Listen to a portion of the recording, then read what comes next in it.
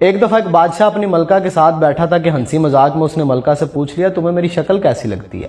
ملکہ جو بادشاہ کی عزیز ترین بیگم تھی وہ بھی ذرا مذاق کے موڈ میں تھی، لیکن اس وقت اس نے جملہ بڑا کرخت بول دیا، آپ اسے سلپ آف ٹنگ کہہ لیں۔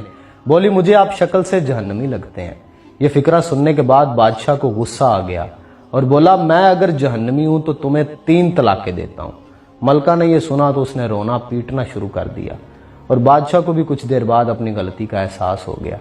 اگلے دن بادشاہ سلامت نے ملک کے تمام علماء، مفتی صاحبان اور اماموں کو دربار میں بلا لیا اور ان سے پوچھا کہ کیا اس طریقے سے میری طلاق ہو چکی ہے؟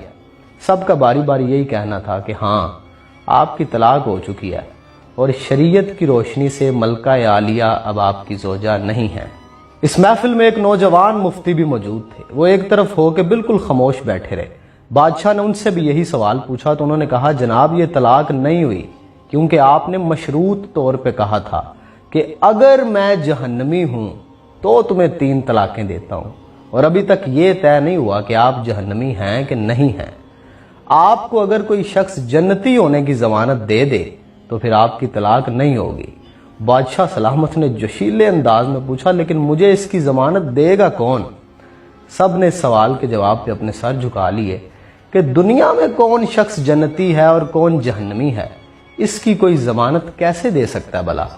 نوجوان نے جب تمام علماء کو خاموش دیکھا تو وہ بادشاہ سلامت سے مخاطب ہوا، بادشاہ سلامت میں آپ کو یہ گارنٹی دے سکتا ہوں لیکن اس کے لیے آپ سے ایک سوال پوچھوں گا، اگر آپ کا جواب ہاں ہوا تو میں یہ آپ کو ضمانت دے دوں گا۔ بادشاہ نے کہا پوچھو۔ تو نوجوان نے پوچھا کہ آپ کی زندگی میں کبھی کوئی ایسا موقع آیا تھا کہ آپ گناہ پہ قادر تھے لیکن آپ نے صرف اللہ رب العزت کے خوف سے وہ گناہ چھوڑ دیا تھا؟ بادشاہ نے کچھ دیر سوچا اور سر اٹھایا اور کہا ہاں ایک بار ایسا ہوا تھا۔ میں اپنی خوابگاہ میں داخل ہوا، وہاں ایک نوکرانی صفائی کر رہی تھی۔ وہ لڑکی بڑی خوبصورت تھی، میں بھٹک گیا۔ میں نے دروازے کو اندر سے بند کر لیا۔ میں غلط نیت سے اس لڑکی کی طرف بڑھا تو اس نے رونا پیٹنا شروع کر دیا اور وہ چلا کے بولی اے بادشاہ اللہ سے ڈرو، وہ تم سے زیادہ طاقتور ہے۔ میں نے جب یہ سنا تو میرے اوپر اللہ رب العزت کا خوف طاری ہو گیا۔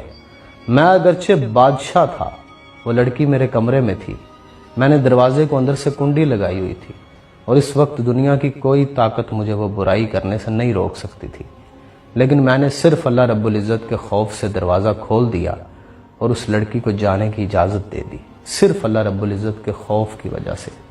یہ سن کے وہ نوجوان مسکرائے اور انہوں نے قرآن حکیم کی یہ آیت تلاوت فرمائی جس کا ترجمہ ہے جو اپنے رب کے سامنے کھڑے ہونے سے ڈر گیا اور اس نے اپنے نفس کو خواہشات میں پڑنے سے بچا لیا تو ایسے شخص کا ٹھکانہ جنت ہوگا۔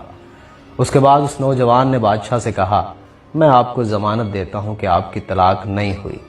وہ نوجوان امام شافعی رحمۃ اللہ تعالی علیہ تھے۔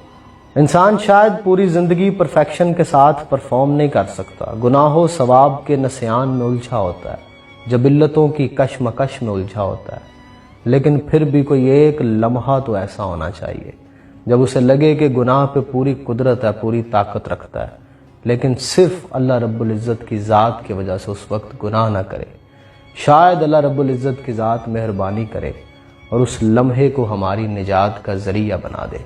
اللہ کے سامنے کھڑے ہونے سے زندگی میں کوئی ایک دفعہ تو ڈر جائے بندہ۔